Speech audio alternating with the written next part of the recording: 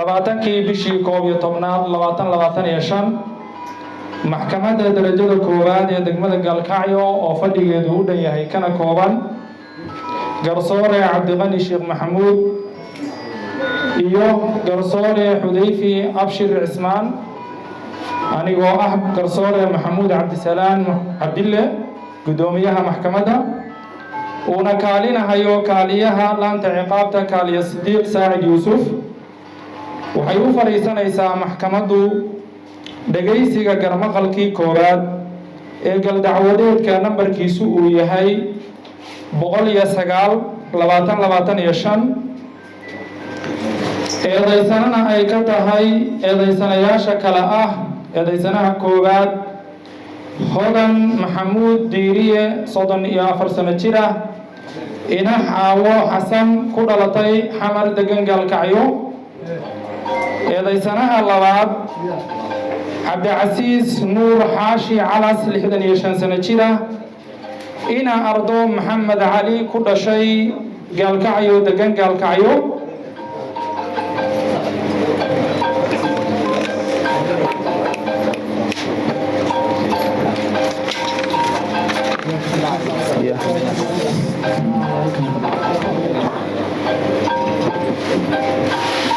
fadhiga dacwadda waxaa goobjoog ka ah oo ka soo qayb galay xafiiska xeer ilaalinta gobolka Mudug oo ku matalaya dacwadan xafiiska xeer ilaalinta guud ee dowladda Puntland eedaysanaha koowaad eedaysane Hodan Maxamuud Diiriye 34 sano jir ah ku eedaysan qodobka 434 eeda koowaad eeda labaadna qodobka 164 ee xeerka ciqaabta Soomaaliyeed iyo qareenkiisa qareen Cabdicasiis eedaysanaha labaad Cabdicasiis Nuur Xaashi Calas 65 sano jir ah iyo qareenkiisa Cabdiqani haddaba intaanaan u gudbin dhageysiga dacwadda waxay maxkamaddu baraarujinaysaa arrimahan soo socda kow ugu horeyn fadhigu waxa uu u furan yahay dhageysiga dadweynaha si waafaqsan qodobka 96 ee heerka habka ciqaabta Soomaaliyeed hase yeeshee inta fadhiga lagu jiro waxaa mamnuuca inuu qof iska baxo ama iska soo galo ayadoo uusan idan ka helin maxkamadda in qofka soo galaya ama baxaya uu idan ka qaato waxaa reeban ku hadlidda telefoonka isticmaalkiisa sheekaysiga iyo la falgalka dacwadda wax kasta oo habsami u socodka dhageysiga garmaqalka waxa la yiraahdo carqaladaynaya maxkamadda iyadoo oo dabaqaysa qodobada 97 98 99 ee xeerka habka ciqaabta Soomaaliyeed waxay faraysaa in loo hoggaansamo awalan awaamirta maxkamadda in haddii uu jiro caruur da'doodu ay ka yadhahay 14 sano ay garmaqalka ka baxaan ciidanka waxay amran yihiin qofkii u hoggaansami waaya waxa la yiraahdaa awaamirta maxkamadda inay waxa la yiraahdo tilaabo ka qaadaan dhaqdhaqaaqu dhammaan inuu istaago waxaan u gudbaynaa dhageysiga dacwadda annaga oo ku bilaabayna inaanu eedaysanayaasha u akhrino eedda xafiiska xeer ilaalinta si waafaqsan qodobka 103 midna ugu akhriyayna waxaanu ku bilaabaynaa marka koowaad eedaysanaha koowaad Hodan Maxamuud Diiriye hodan waxaan ku akhriyayaa eedda uu kugu soo eedeeyay xafiiska xeer ilaalintu si waafaqsan qodobka 103 ee heerka habka ciqaabta Soomaaliyeed eedda markaan ku akhriyo waxaad uga jawaabaysaa 3 jawaabood midkood si waafaqsan qodobka 104 ee xeerka habka ciqaabta Soomaaliyeed eeda la igu soo eedeeyay ma gelin waa galay iyo dood baan ka qabaa koow waxaa lagugu soo eedeeyay hodan inaad dil kas ah u geysatay qofta la yiraahdo marxuumada Saabiriin Saylaan Cabdille inaad dil kas u geysatay si waafaqsan qodobka 134 waxaa lagugu soo eedeeyay inaad bulshada khatar ku tahay sida ku cad qodobka 164 ee xeerka ciqaabta Soomaaliyeed haddaba eedaa lagugu soo eedeeyay waxaad kaga jawaabtaa 3 jawaabood midkood si waafaqsan qodobka 104 ma gelin waa galay iyo dood sharciya baan ka qabaa dilka sabagaysanin kasna uma dilin dil cadna wax dil kas ah aan geystay ma jirto eeda lagu soo eedeeyay waa galay eeda lagu soo eedeeyay dood baan ka qabaa ma gelin dil cad oo kas ah ma geysan wax dil kas ah geystay ma laha ma gelin fariiso waxaan u gudbaynaa eedaysanaha labaad Cabdicasiis Nuur Xaashi Xalas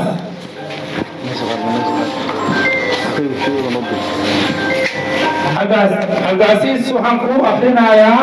dooda xafiiska xeer ilaalinta uu kugu soo eedeeyay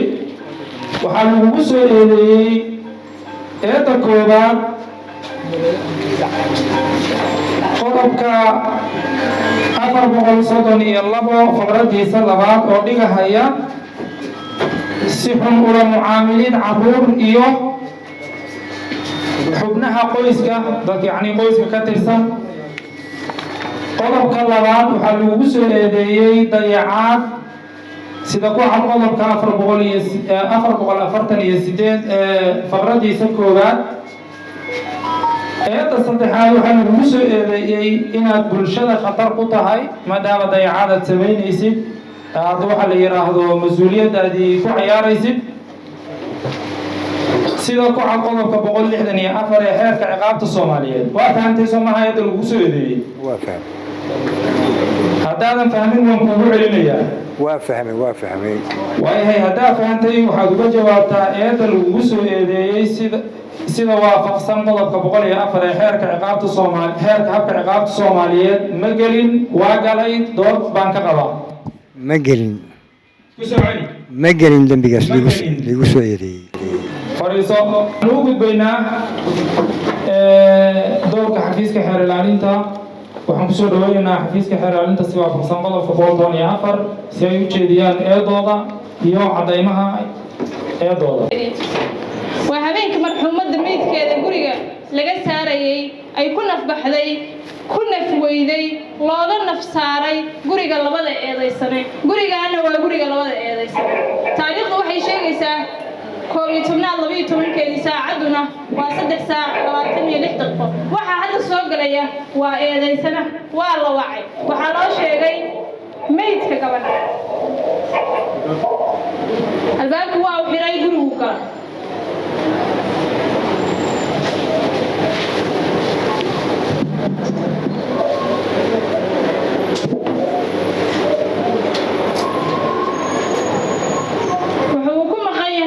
sidii markaas wuxuu fiirin karay kaamirooyinka guriga yaala wuxuu markaba ilaamaha ammaanku wuxuu wargelin karay ilaamaha ammaanka falka meesha ka dhacay uu si degdeg ah wax uga qaban lahaa balse ma aysan dhicin taa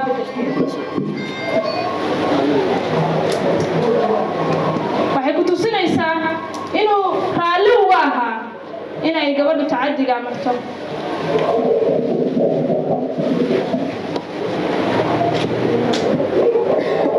weli wuu maqan wax canaana kama maqlaysaan kaamirada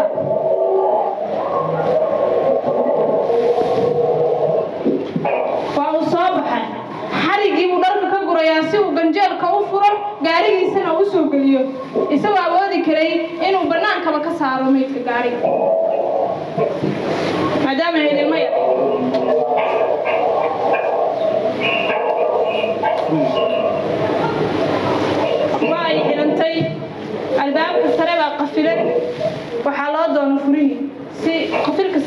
furo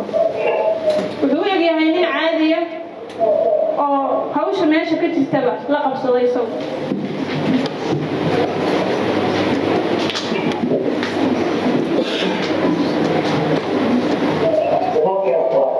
noo keena qura cid uu maagaya ma jirto cid uu su'aal weydiinayaana ma jirto see wax u dhaceen cid uu leeyahay ma jirto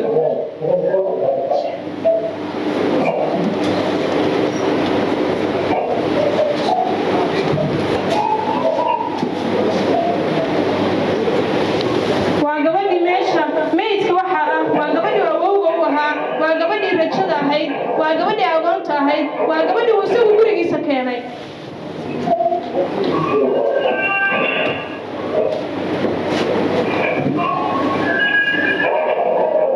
gaarigiisu soo gelinaya markaan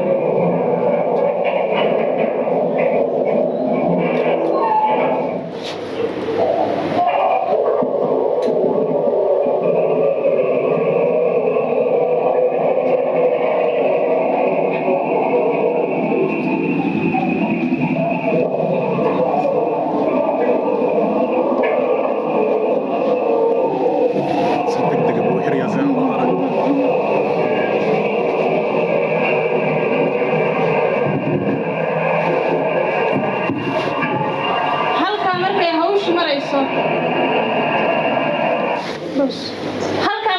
marayso waxaan dareemi karnaa qof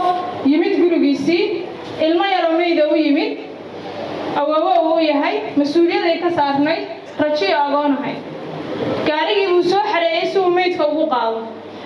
isla markaba wuxuu xasuusanayaa inuu ganjeelka xiro si aynay u aragi dadka kale oo meesha maraya waxa gaariga la saaraya markaba wuxuu xasuusanayaa inuu ganjeelka xiro haddana uu xiraya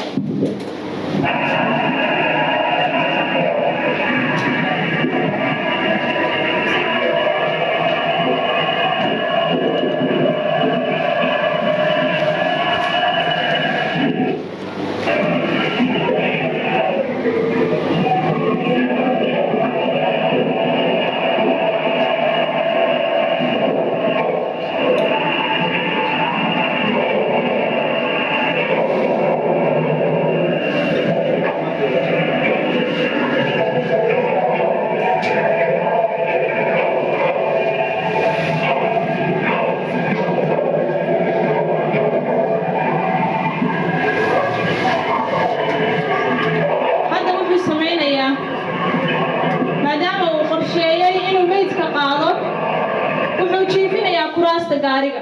oo midba mar way u jiifinay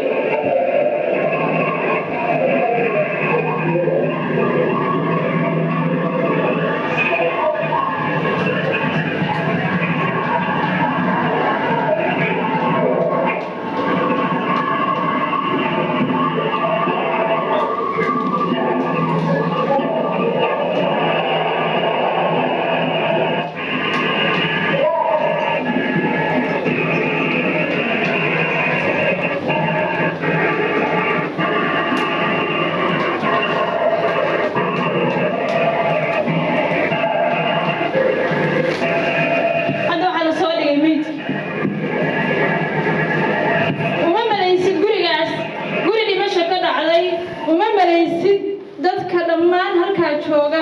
ee hooyada leh aabbaha leh awlaadda leh ma u malaysid dad geeriye gashay ma u malaysid dad gurigooda lagu dhintay taasi waxay muujinaysaa dadkaasi ama carruurta gurigaasi dadka ku nooli tacadiga ay la qabsadeen ee gurigaa ka jiray oo ay u dhimatay maxamed saabiriina markaba carruurtu waxaad u malaysaa inay u tababaran yihiin waxay bilaabayaan inay caddaymihii kala tuuraan markaba ina yar baa guriga gelaysa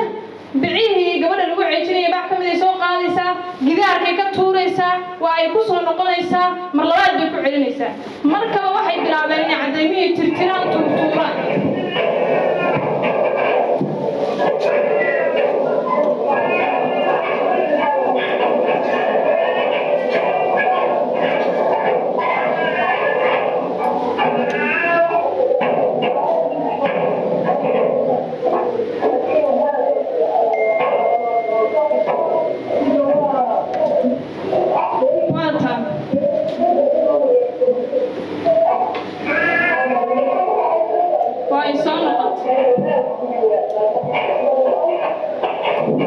وتا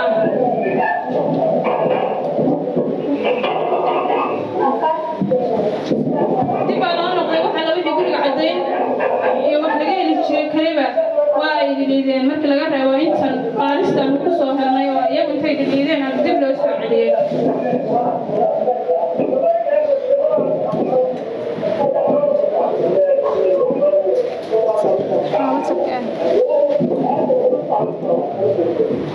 inta kadib waxaan u gudbaynaa WhatsApp-ka eedaysanaha labaad mobilkiisina waa kana waxa ugu qoran Hodan Maxamuud Diiriye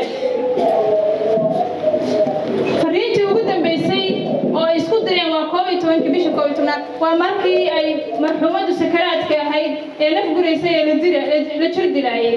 codada kanina waa codadkii aan sheegnay ee ay u diday gabadha kale ay ninkana u soo dirtay mar labaad intay qofkii ka soo qaaday u diday mar kale ninka ku soo celisay kor soco waxa jira labadii muuqaal oo markii WhatsApp-ka lagu furay kombiyuutarka uu yara cuslaaday oo muuqaaladii mar labaad la soo degayaan laakiin ayagoo degsan bay maxkamaddu arki kartaa oo jaadkooda ku dhex jira balse codadku waa ay degsameen waana la daarayaa laakiin labada muuqaal oo midna baraha bulshada yaalo oo bishii 26 mid iyo kan kalaba waxay u diday WhatsApp-kiisa wuxuu hayay xogta wuxuu la socday jirdilka tacadiga dhibaatada meesha ka socota kanina waa mobilkiisii maxkamaduna ayada indheeda ku furayso ku arkaysa kanina waa warqadda dhimashada marxuumadda ee isbitaalka ka soo baxday waxaan halkan ku cadeynaynaa inay marxuumadda magaceedu kor ku xusan yahay la keenay isbitaalka qaybtiisa gargaarka degdega iyadoo taariikhdu markay ahayd 12 bishii 2025 saacadu markay ahayd 10 oo buura marxuumadda waxaa kaga yaalay dhuunta dhaawac u muuqday xarig lagu ceejiyay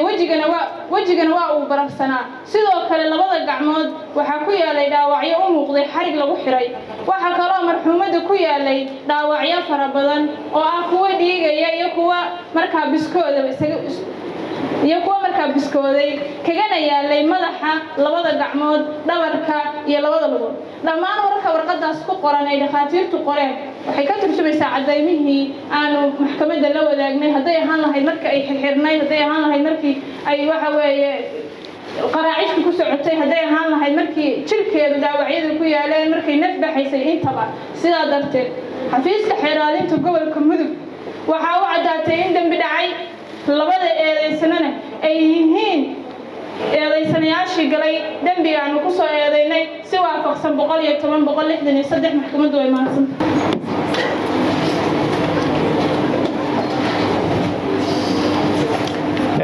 waayahay bismillaahir rahmaanir rahiim waxaan u gudbaynaa hadii ilaahay idmo difaaca eedaysanaha waxaan u yeeraynaa marka koobaad eedaysane Hodan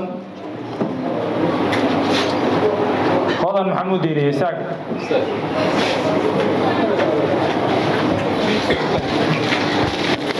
waxaan u gudbaynaa marka dhageysiga waxa weeye difaaca eedaysanaha Hodan waxaad joogtaa maxkamadda darajada koowaad ee degmada Gaalkacyo eedda lagu soo eedeeyay oo xafiiska xeeraalinta lagu soo eedeeyay waa dhageysanaysay cadaymaha ay soo bandhigeen awalan waxaan rabnaa ma waxaad istifaacaysaa adigoo dhaaranaya mise dhaar la'aan baa istifaacaysaa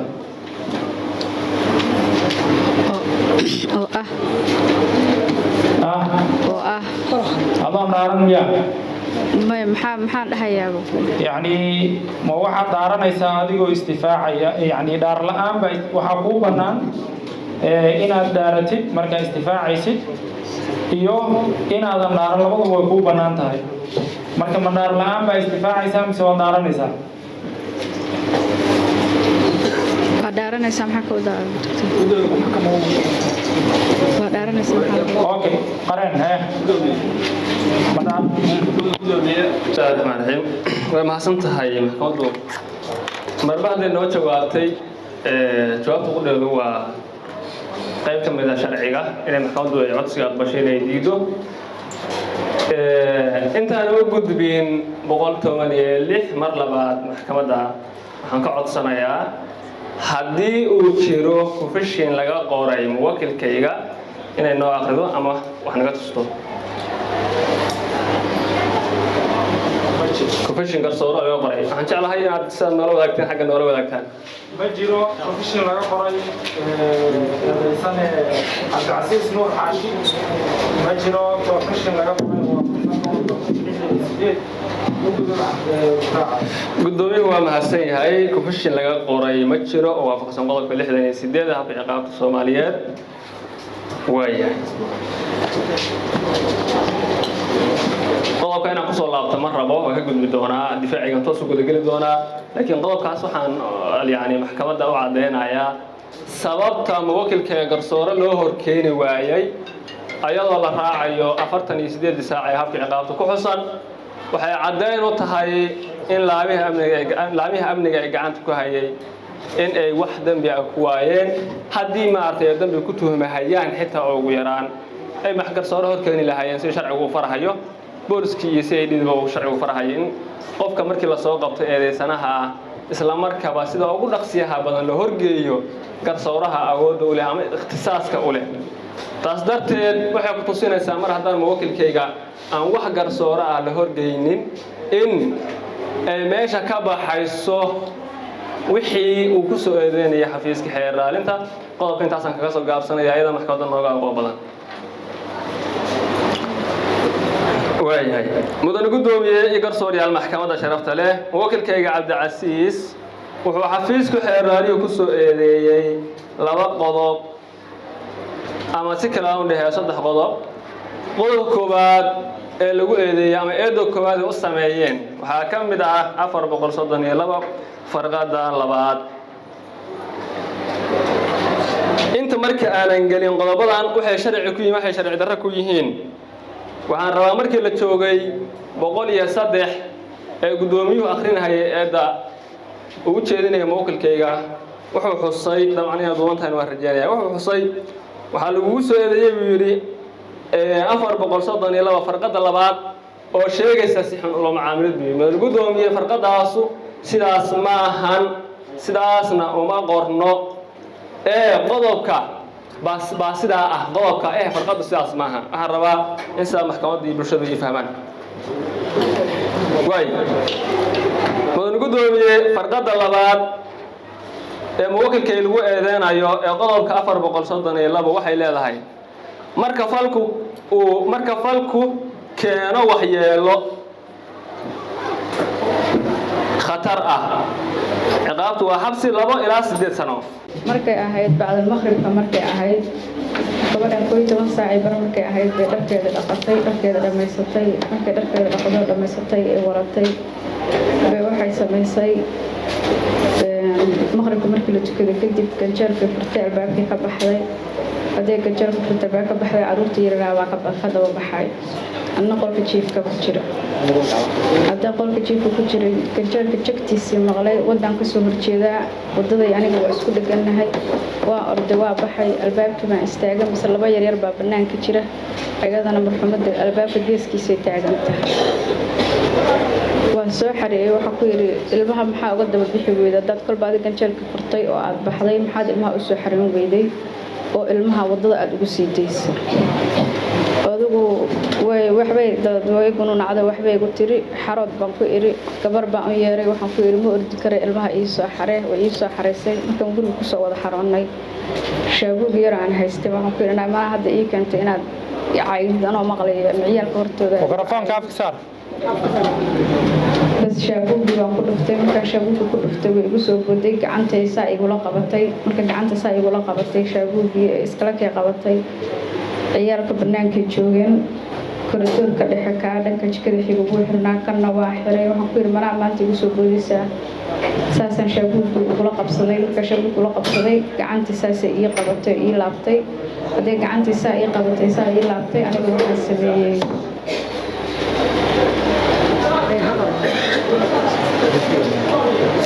booliiska dhaqdhaqaaqa naga daaya wada bas markaas waxaan sameeyey shaabuugii iyadoo haysata ayna gacantayda ay haysatay gacantaydaan bidix qaaday halkaas saa dhuunta uga qabtay barandada darbigeeda waxaan taagnay koritoorka dhexe darbigiisa baa saa ugu qabtay dhuunteeda naya gacantayda ii sii daabaan ku iri gacantayda ii sii daab gacanta way iskula kaysii qabatay marka iskula kaysii qabatay baan gacanta saa ay sidii kusii iri haddaan kusii iri alaayahay gacanta waa kusii deynayaa isii daaba tiri waa sii daayay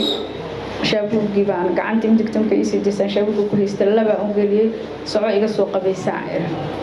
suuligay gashay way soo qabaysatay way soo baxday jikadii aaday way soo cashaysay way ii timi waxay igu tiri ayay waxaan rabaa kaniini madaxa ay xanuunaya waxaan ku yidhi kuuma kicin kara cishaha waxaad samaysaa iska suga cishaha iyo maqribka waxba uma dhexeeyaan maanta dhan ma qarqaynin karo maanta dhan waa isdaba taagneen waxaad samaysaa saabirina kuuma kicin kare sug baan ku iri cishahaaga oo tuko cishaha waxay igu tiri haddaad ii timaadida ay tidhaahdeed kac saabirin oo cishahaaga tuko waan kacayaa oo waa tukanayaa bas hayaa iri kaniinka barastimool bay laqday joodariga oo ka soo qaadnay qolkeeda ay seexan jirtay bay seexatay 3 saac oo 10 dhiman markay ahayd oo ciyaalka cashada kala siiyay soo kala xareeyay waxa isir cishaha u kici hadaa isir cishaha u kici aan saabirin iri way kici weyday hadii kici weyda dhanka madaxan ka soo istaagay saabirin baa iri saana iri runteedu saasay ahayd ee runtu qanisan saamba soo iri way soo dhacday saan kala iri way dhacday markaas waxaan u wacay awoogeed waxaan ku iri gabadhii inay suuxsan tahay in kala ma aqaan way seexatay ishaan raba hadina u kiciyo gabadhii ma garan kara xaaladeeda noo imo uuna noo yimi sidii baan labadeena waxaan ku geynay isbitaalka Dowladda Isboolsada dhimashana anigu meesha ma soo dhigan ayadoo nool baan sii deynay way qabaysatay way cashaysay wayna seexatay wax dhimasho ah iyo wax fargasho ah oo aan kala gaartayna ma aysan jirin waxaa halkan lagu soo bandhigay oo xafiiska xeer ilaalintu uu soo bandhigay muuqaalo muujinaya gabadha oo xirxiran saabirin oo jirdil uu ka muuqdo dhaawacyo dhabarka timihii laga xiiray bac ay ku xiran tahay oo dhuunta kaga xiran tahay waxa la yiraahdo ka waran arrintaas doctor anigu markaan xanaaqo waan xanuunsadaa markaan xanaaqo wax bayaabaha badan hadda shaabuug waa la dhici jiray laakiin wax kale oo jirdil aan u geystay shaabuuggaas waa la dhici jiray dhabarka waxa kaga yaala waa shaabuugga aan la dhici jiray iyo gacmaha laakiin wax kale oo aan u geystay ma jiraan dhaawacyada adiga u geystay miya shaabuugga weeyaha mar walba way madax adkeed waxaan isugu imaan jirnay waa nadaafadeeda timaha waxa uga xiray waxay ahayd nadaafad darro nadaafadeeda wuu ka warqabaa awoogeed wuu la socday nadaafadeedaas iyo tababarkeedaas waxaa ahayn iskuguma ana imaan jirin shaqo gurina iyo qaban jirin oo shaqaale ii joogay shaqadaana ayadaan ku tababarayay oo waxaan islahaa aad kaga faa'iidaysato wax ciddigeeda u dhimaya ama wax nafta kaga qaada ahna anigu ku talagalkayga ma ahan gabadhan ayadoo nabad qabtay anoo nabad qaba baan seexatay anna xargaha ayaa ku xiray lugaha iyo gacmaha uga xirnaa xargahaas ma garan karo xargahaas ma aqaan markaas ma aqaan maskaxdeeda say ahayd laakiin anigu marka amiirka qabay oo isugu kay dambeysay saas ahayd waana xanuunsadaa waana dhacaa maxaa kugu dhacaa waan dhacaa waa suuxaa markaa xanaaqana isaga waa ogyahay wuu iga warqabaa qafna lagama qaban karo wuuna la socdaa wuuna ogyahay xaaladaas waana xanuunsanahay waana miir doorsabaa haddana dhiikar baan qabaa marka waxyaabaha aan sameynay badanaa isma kontrooli karo laakiin waxa hadeer aniga iyada laakiin hadda xaqiiqda waxaa sheegi karaa markii maskaxdaydu caadiga ahayd gabadha caadiya iyo anigoo caadiya inaan kala seexano adiga waxay su'aal sameeyay dadka kaliya weydiinay su'aal anagu yana weydiinay marnaa marka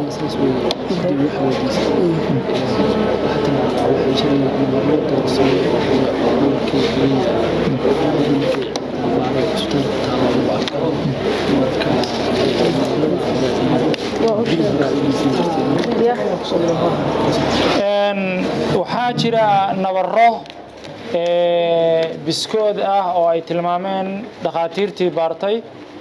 nabaro dhaawac ah oo biskooday qaybahood oo ku yaala marxuumadda nabaradaas ka waran ayaga walaal halkaas qataarka ma aragtay qataarka wala badii jiro qataarka ma aragtay kudawaa afka mikrofoonka daaqada qataarkiisa beemaan ayadoo qadeynaysa qataarkiisa oo soo taagnaa madaxana waa ka xirnaa baano qolkayga jooga qolka ciyaalka ayadoo joogta u yeeray ada u yeeray xoogay u soo kacaysay baa qataarka halka ka galay anigu madaxeeda waxa kaga dhuftay jirtay iyo wax aan u geystay jug ah anigu maalinkaas bacda maqribii bacda cisho dhaxdooda ah oo aan halka ciidada aan uga dhigay ma ahan aan iyada isku soo halkeesanay ma ahan marka wax kale kuma waxaan shaabugaas la dhici jiray dhaawacyada arkaysan waa shaabuga يعني شابوغا مرر بدن ما لا dhici jiray markay salaada diido markay cadayga diido markay qabayska diido markay isugu madax istaagto ugu madax adeegto waa la dhici jiray shaabuga fiidiyowyada ayaa duubay ya fiidiyowyada ayaa duubay muuqaalada laga duubay marxuumada iyadoo dhaawacyada ku yaalaan oo xirxiran yaa duubay ma jiraan fiidiyoodaas ma garan karo wax duubay iyo wax halkina kuma ogeyn mobilkaaga waxay tilmaameen xafiiska xiraalintu in mobilkaaga laga helay muuqaalada kuma uusan jirin walaa mobilkayga kumana bahalkiyeysnayn lagumana bahalkiyeynin maalinka hadda wiilka uu hayay muxuu ahaa CID-da kuma aysan jirin mobilkayga waa wada qaarnay aniga wiilka CID-da meesha waxay tilmaameen muuqaalada inaad dhiladay ka tirtiday telefoonka dibna loo soo celiyay isbitaalka markaas u tagay waa laga qaaday mobilkayga xilli aan wax dhiliido iyo xilli aan wax nadiifiyo midna kuma jirin marka ay guriga xaaqayso qofka la hadlayo oo muuqaalka duubaya adiga waxa u diray habaryarteed iyo odayga labadaba ana la wadaago u diray sababtu maxay tahay gabadhaas ay soo wacday waxay igu tiri habaryar waxba ma qaban karto waxba ma qasho waxa markaas ku yiri anigu waxaan u diray way qabataa oo haddana tababarkii baa ku socda si tiri habaryar ay tusi kartaa bay tiri saanaha ayadoo shaqaynaysa video kaaga soo duubaya ayadoo tirtiraysa qolkii aan ku jira aan qadada ku karinayo wayna badnaa fiidiyooga waa la kala jaray waxa ku jirta 3-4 gabdhood aan dhalay midna dhaqayso midna suugo jarjarayso oo ila karinayso qadada labana ay muxuu ahaa kabsar iyo basbaas iyo tumayaan fiidiyooga waa la soo kala jaray anaana gabadha qardhid joogto marka qofka ay gabadhu dhabarkeedu muuqdo nabarrada ku yaalaan oo galoofiska aad qabtid ka waran isaga muuqaalka markaas waa marag ka dhigay aan dawo aydin ah uga dhaqayo adiga dhakhtar miyaa tahay ya wax dhakhtarnimo miyaad soo madhay oo nurses may aydin iyo waxa soo katay faashad iyo dhabarka uga dhaqay nabarrada aad ka dhaysay aad ku dhuftay Soomaa waa shaabuga ha nuur xaashi ala Soomaa saas weey inta sana jida 75 ku celi inta sana jida 75 baa jira way khaldeen 65 bay ka dhigeen kontonkii baan dhashay bishii shanaad hadaasi saabiriin maxaa u tahay saabiriin awowgeed baan ahay baan ahay dhinaca uga tahay oo ma dhanka hooyo mise dhanka aabe dhanka aabaan waxa dhalay saabiriin hooyadeed waxa dhalay walaalkay baa dhalay Cabdirasaaq Nuur Xaashi baa dhalay anigana Cabdicasiis Nuur Xaashi baa la yiraahdaa saabiriin goorma guriga ayaa la keenay wallahi taariikhda ma xasuusta laakiin ugu badnaan 2 bilood bay nala joogtaan doomada ku soo celi ma aanan qorin waqtigii noo keenay ma aanan qorin أنا بسوق هذا لكن بدنا لبض بلود ينلا شوكتها بانو مرينا صابرين waxaa la soo bandhigay oo xafiiska xeeraalintu uu soo bandhigay iyadoo ay ka muuqdaan dhibaatooyin aad u fara badan oo dhaawacyo ay ku yaalaan waxa ay soo bandhigeen muuqaal kada leyrka muuqaal adiga lagu soo diray qaybahood lagu la wadaagay oo ay kula wadaagtay eedaysanaha koobaad hodan bal ka waran arintaas iyo waxa aad ka ogtahay bismillaahir rahmaanir rahiim horta waa ka tacsiinaya arinta dhacday oo anigu aan qayb weyn waliba ka ahay awoogeena ahay ehelka inta meesha soo sayintay khusaysa iyo magaalada waa tacsiinaya aniga waa khusaysa aniga awoogeena ahay saabiriin gabar walaashay waxay ii yeertay oo ay tiri oo soo korisay ayada waxay tiri walaalow gabadhii waa qaangaartay waa weynaatay anigiina waa duqoobay waqti uma hayo waa iska dhacdhacahayaa waa xanuunsanahay hadda meel baan ku kufahayaa marka waxaan rabaa gabadhii inaan igala wareejido oo kuu keeno saasaa baan dhahaa waaya hodan baan u imid waxaan ku yidhi walaalay gabadhaasaa reerka ku soo saa'idaysa awow baan u ahay hadda sidaa ula socdo maxaad u malaynaysaa waxay tiri keen carruurteeday ka mid tahay gabadhu carruurteeday ka mid tahay gurigeeday joogaysaa reerkeeday ka mid tahay waxay carruurta qabaan bay la qabaysaa sidii baan maalin iyo laba miya ka bacdi aan u tegay gabadhii walaashay ee gurigeedii aan u soo kaxeeyey aan saabriin guriga ugu keenay sidaasay saabriin waxay u ahayd carruurteeda carruur ka mid ah gabdhaha iyo gabdho ka mid ah gurigaan imaadaa haye awow iyo waran fiican anugu waa imaan aniguna subaxii guriga waxaan ka baxaa 7:45 ilaa 7:50 baan ka baxaa carruur baan quraac u qaadaa iskuulka yareedka dhigata aniga mid aan dhalay baa israacna carruurtan u geeyo waa quraacda saan subaxii uga baxo 12 barkaan guriga imaadaa ayagoo carruurtii qaarna joogaan qaarna iskuul ku maqan yihiin qaarna hadda iskuul diyaar u yihiin marka waa iska salaamaya gurigaygaan iska galaa waxaan ka baxaa guriga haddana markaan casarka tukado guriga casarka guriga ku tukada 9 saac bar baan ka baxaa waxaan imaadaa habeenkii adigu 3 saac iyo 2 saac bar ilaa 3 saac waxa u dhaxeeya haddii aan odayaal helo aan la sheekaystana 3 saac baan ku gaaraa haddii kale 2 saac bar baan ku imaadaa had iyo jeerna waa soo waca guriga markaan soo socdo waxay rabaan maxaa u baahan tihiin inta aan ka maqnahay marka salaada laga soo baxo waxaa weeye intaan ayaga wax soo qaadayo gurigaas 13 qof ayaan ku koriyey 11 aniga dhalay ninna adeer baan u ahaa ayadaa dhashay anaa soo koriyey isagoo laba jiraan guursaday hooyadiis midda dariiqaaba ka soo qaadnayba iyadoo mataqaana guriga islaamka gadaashiisa luuqluuqa lagu hayo yaan ka soo qaadnay anigaaba korinay hadda 3 sano iyo bar buu jiraa marka 13 kaas bar anigaa soo koriyey gurigana intaas saacadahaasaan ka baxaa saacadahaasaan ku soo noqdaa wax dhibana gurigaas hadda gabdhaha yaryaroo la edbinahaya waa arki jiray waana ii muuqatay inta laakiin waxaas nabarro ku dhacaya ilaah bay iga tahay inaana ka warqabin ilana socon waana gabadh weyn oo haddii xijaaban weeye ma oran karo haddaan shaki qaba haa laakiin ma oran karo saabrini maxaa maanta lagugu dhuftay maxaa ku dhacay dee carruurteeda ila mid ahay 26 bishii 9aad 2025 2:10 daqiiqo oo duurnimo waxaa jira muuqaal lagu soo diray oo ay ku soo diray eedaysanaha koobaad hodan muuqaalkaas oo inuu jiro iyo in kale ka waran horta muuqaalka waa jira waa ii soo dirtay waayahay muuqaalka waxaa ka muuqday sida xafiiska xeer ilaalinta uu soo bandhigay gabadha oo la ciqaabayo weliba hadallada eedaysanaha koobaad ay leedahay ciqaabtaadii maanta intaasay ku eg tahay muuqaalkaa ma ku soo gaaray way soo gaaray waa ii soo dirtay weliba shaqaan ku maqnaa markaan guriga imid iyadoo lisaan u tababarahayay muujeedi waa tababarahayay xataa waa dhegaystay ayada anoo la fadhiyaan dhegaystay way leedahay meeshaan ka bilaabay ka bilow meeshaan ka soo bilaabay ka soo bilow iyadoo saasaan u tababarahayay bay tiri sidii wax u barato markaasaan anoo weliba baradada la fadhiyaan ku yidhaa hodanaya walaalay hadalladan oo hadalla xanaf leh baan ku yidhi hadallada xanafta ka diyaaro intaasaa la kala gaartay saa u tababarahayay buu ujeedaa bay lahayd oo aniguna de waa gabar yaroo dhul tirtiraysa waa heli qof la garaacayo meesha sawirkana kama muuqan ka ii soo dirtay istabtaasoo kale goorma ayaa lagu sheegay gabadhu inay dhimatay adiga anigu bisha 3 baan kala tagnay xaaskayga hore hodan maalin isniina 7 saac iyo 40 daqiiqo markaan guriga imid iyaan walaaqsanay bes buraaqdeedii bay tiri waana wax soo socday way aniga iyada wax naga dhaxeeyay way arrintan wax shaqo kula ma ahayn dabeecad ahaan iyo 15 sanadkii 16aad baa noo socday markaasaan waxaan fikiray waxa ay hadlay dalbatay furma ay gabadhan iska furto jaasiiso bes buraaqdii baan u qoray 7 saac iyo 45 daqiiqo guriga waxaan u maleynayaa 1 iyo 50 inaan ka tagay ziritaan waxaan u aaday Golden Hotel isniintii ilaa iyo 4 ahayd ilaa iyo 4 iyo 11 iyo maaqa 12 waxay ahayd halkaasaan seexanayay arrimo kale oo magaalada ka dhacaan ku jiray hawshaasaan ku hawshaysnaa marka 4 habeenkii 3 saac iyo daqiiqado 15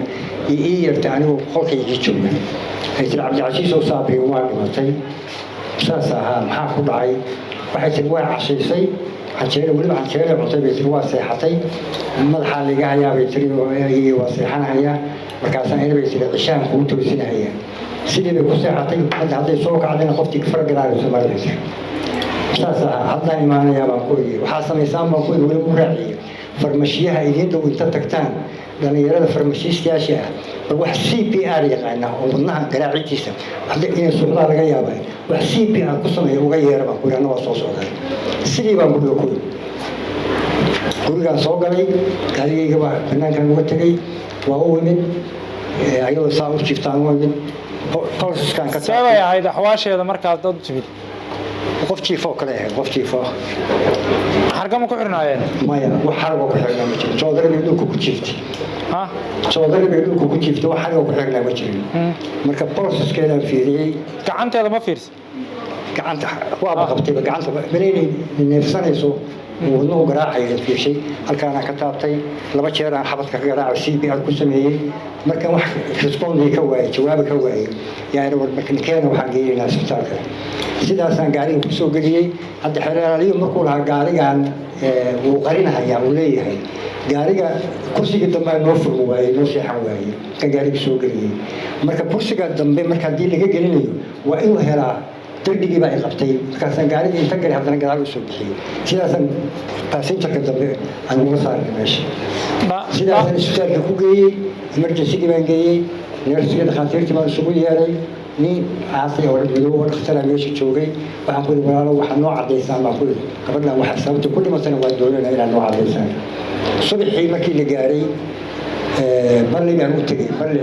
farmashiishaan tegey waxaan ku yidhi balligu saasaa dhacday arrintaas xala dhacday musiibadaasaa dhacday marka waxaan rabnaa in naloo baara gabadhaasay ku dhimatay balli waa joogay markaasuu wuxuu wacay agaasimaha isbitaalku wacay aniga balligu wada fadhina kaasuu agaasimuhu hadduu imaanayaa sidaasaan isbitaalkii maxaa kalifay adiga inaad tidhaahdid haloo baaro matuun baa qaltay maya qofka dhinta waa la baara waxa ku dhacay baa la baara sooma dhaawac ma ku aragtay xumadda markii aad qaadaysay dhaawacaas waa ku arkay gacmahaasaan ku arkay iyo cunaha xagtima kaga yaala markaasaan anugu ma weydiisay cidda u geysatay dhaawaca yaan weydiiyaan dadkii meesha joogay oo ku wacay eedaysanaha koowaad oo adiga ku soo wacay dadkii waxba ma weydiino isbitaalkii baan ula cararay baan maada waraysan madaxdii maana waraysan waxaan ku dhacay markaan eegi waxay tiri canjeelay cuntay madaxa niga ayaa waseexanayaa bay tiri intaasay xaaska hore ii sheegtay xafiiska xiraalinta gobolka mudug cabdicasiis oo qareen u ah eedaysane hodan wuxuu codsaday in la siiyo muddo ku filan taasoo uu ku soo diyaarsado difaaciisa iyo cadeymaha uu isku difaacayo uu ku difaacayo muwakkilkiisa muddadaas oo ah 15 beri maxkamaddu waxay kiiska muddaysay maalinka isniinta oo ku aadan taariikhdu ay tahay 24-ka bisha 11aad qareen waa maqlaysaa soo diyaarso maalinka difaacaaga waxay siisay 3 beri muddo shareecaha sidoo kale wixii cadeymaha oo u dhiman qareenka eedaysanaha labaad isagana waxaa la yidhaahdo maalinka ayuu kusoo talagelayaa fadhiga maxkamaddu maalinka ayuu ballansan yahay 24 bisha 11 2025